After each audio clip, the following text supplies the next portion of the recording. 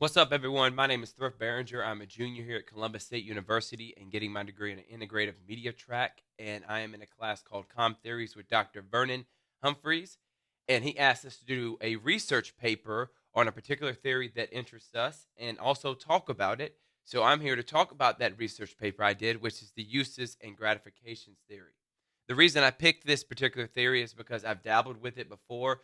I wrote a research paper last semester over the play theory, which is eerily similar, but the uses and gratification theory is more defined and tuned and can be easily applied to our society today than the play theory can. The play theory is old and basically used during the 60s and 70s. Let's talk about the uses and gratification. Its basic definition is users take an active part in the communication process, meaning that they are goal oriented in their media uses. There's a reason why they're going to the media and they're using the media as much as they are.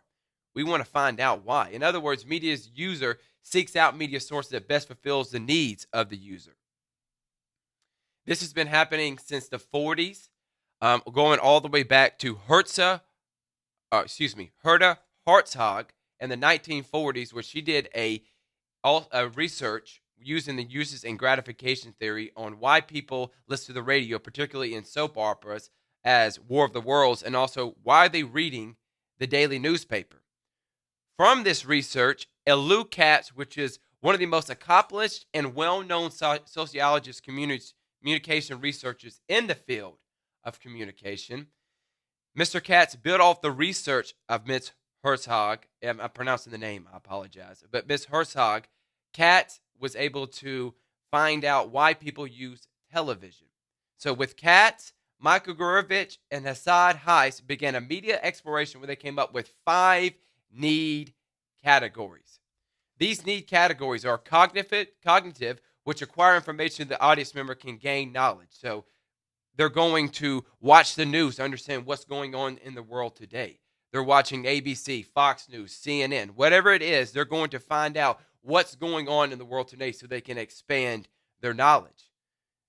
The next is affective, which is the emotion, the pleasure, the feeling that it created during watching this. So watching a sporting event would be a perfect example. If you're watching your favorite team at a football event, it gives you the emotional joy when they're winning or the emotional sadness when they're losing.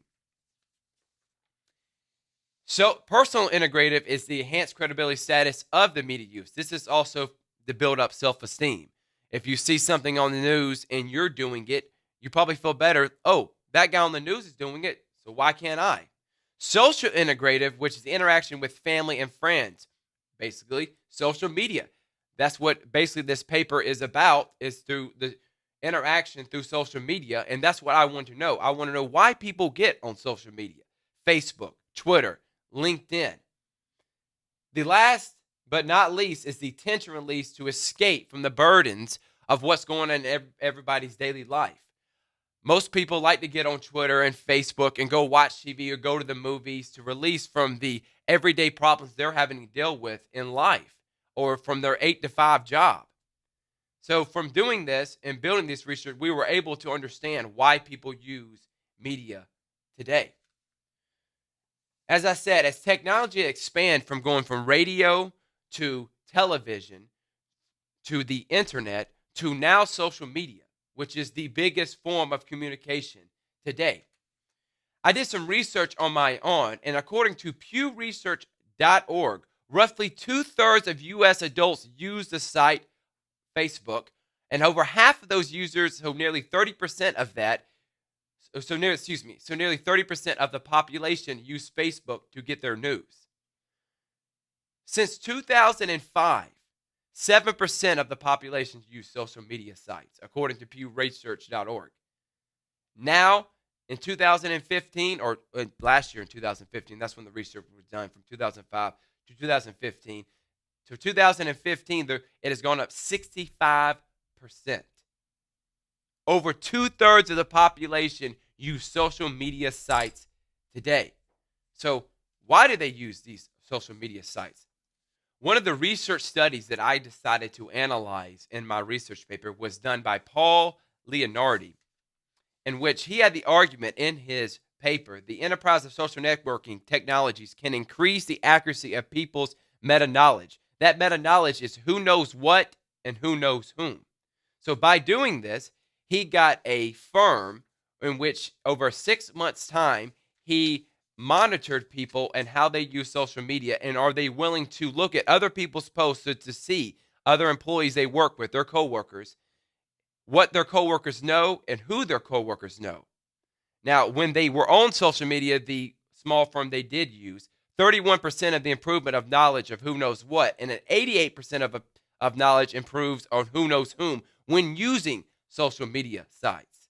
This is their they improve their cognitive knowledge structures, as I talked about earlier, as the 5 needs that Katz came up with.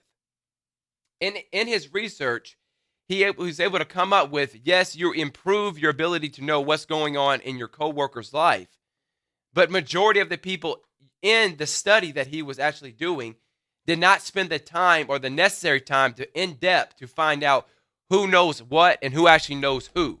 They spent a little bit of time, so they had a grasp of who knows what and who knows whom, but they didn't spend a lot of time on it like he thought they would. But still, by using social media, you increase your meta-knowledge, which is who knows whom and who knows what. One of the studies that build off a study that I would particularly like to do, and if I were doing another class, is I would like to see, well, how do people get their political views? Why do they follow their political parties? So what I would do is I would think by using 100 people, different race, gender, between the ages of 18 and 65. The reason I said 18 because the legal age to vote, and 65, I just think it would be an appropriate number to pick, and monitor them over a month. After this, I would develop a similar table to what Paul Leonardi did, where I would ask 2 of the following questions. After watching how much news they watch, how much news they find on social media, and then I would get them to come in and ask the following questions for each participant in the study. Which political party do you choose and why? And do you trust where you're getting your information from? I think that's a problem with a lot of people today. They think because it's on the news, it has to be right. And that's the only reason they're using the news, is because they think whatever on the news is the correct information for me to find out what's going on in the world today. And I want to know, do they trust this information? Or is it just because of their political view and they like to side with CNN, with the Democratic Party, or Fox News with the Republican Party? I think that would be an excellent study. And I also like to build off of Mr. Leonardi's study on why people want to get on social media. Is it because they want to know what's going on with other people's lives, or just to find out what's going on in the news? In conclusion, I think that the use and gratification is the cornerstone of all theories. And particularly why I say this is because we want to find out why they use social media, why they use social media, why they use the internet, why they use radio. In the 70s, when Mr. Katz came up, built off the research of Ms. Hartzog, communication researchers in the communication field as a whole was not in the greatest of eyes in society, and many people thought the communication field would die down. But because of the work of Mr. Katz, Blumler, and Gurevich, the foundation of the communication theories, uses and gratification, laid the way for us to continue to do research as we do today. I want to thank y'all for listening to my presentation of uses and gratification. You can go on YouTube. If you'd like to look at the actual research paper I did, just email me, please. And thank y'all for listening. Y'all have a great day.